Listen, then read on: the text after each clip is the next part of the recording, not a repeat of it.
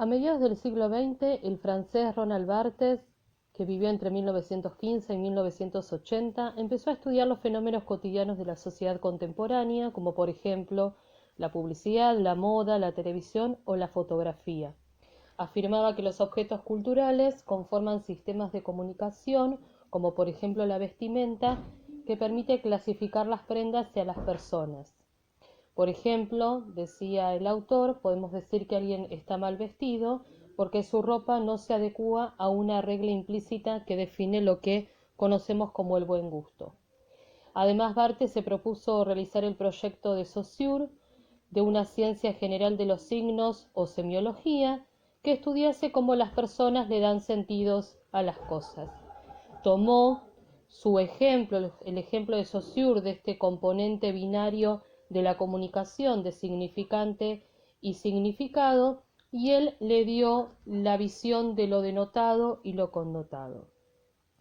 Uno de los ejemplos más utilizados para Barthes fue el análisis publicitario, en donde él, en la retórica de la imagen, habla del mensaje lingüístico que acompaña a las imágenes y que pueden cumplir dos funciones, por ejemplo, de anclaje, porque las palabras fijan el sentido de las imágenes para que el mensaje publicitario no se desvirtúe, es decir, que la persona malinterprete ese mensaje, y de relevo cuando solamente las palabras acompañan a la imagen. Por ejemplo, en el cómic o en el cine se elimina el diálogo o las imágenes porque si no pierden el sentido.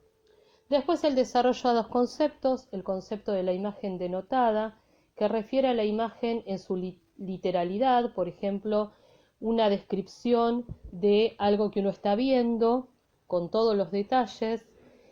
La denotación provoca una ilusión de transparencia entre el signo y lo representado, dirá Barthes, su referente que genera el efecto de una neutralidad valorativa de la imagen. Por otro lado, la imagen connotada o simbólica refiere a esos sentidos culturales que se relacionan con lo representado. Es no lo que me dice, lo obvio o lo literal, sino aquello que me quiere decir.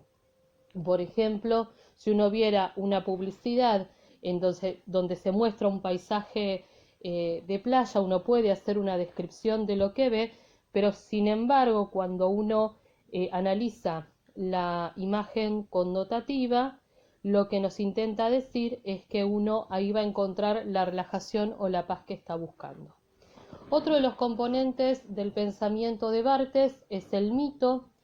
Él define al mito contemporáneo como un mensaje que convierte lo histórico y lo social en natural, universal o eterno, que presenta como evidente algo que es producto de una convención. Un mito es algo creado que se transmite a lo largo del tiempo y que se convierte en muchos casos como algo que puede o podría haber sido verdad. El análisis y la crítica de los mitos son necesarios porque ellos naturalizan y legitiman las relaciones de desigualdad entre los grupos, es decir, los ponen a todos en el mismo nivel. Un mito, esa historia que se fue construyendo a lo largo del tiempo, permite justamente que estas desigualdades que por ahí hay dentro de la sociedad se equilibren con estas historias. Para evitar o derribar falsas evidencias, Barthes combinó la intención crítica con un análisis semiológico inspirado en la lingüística de Saussure y llamó a este proyecto una semiología general del mundo burgués, es decir, de la sociedad contemporánea bajo el sistema capitalista.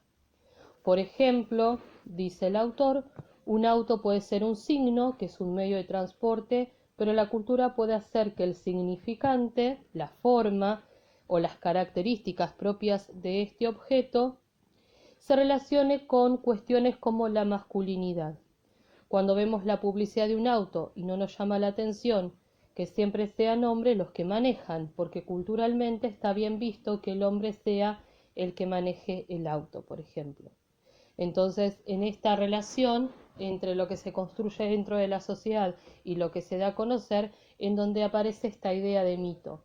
Mito no solamente como estas historias que se van contando de generación en generación, sino mito pensando desde estas desigualdades que puede haber dentro de lo que es la sociedad patriarcal, en donde el poder lo tiene el hombre, por ejemplo, por sobre la mujer. Entonces, lo que plantea el autor es que en muchas situaciones puede ser de que algunas actividades o algunas prácticas se relacionen o algunos colores se relacionen con un determinado estereotipo social y que dejen por fuera a los otros. Un poco lo que plantea el autor es esta idea de romper un poco con este mito y empezar a pensar qué cosas dentro de esta sociedad contemporánea deberían ser analizadas desde el avance social.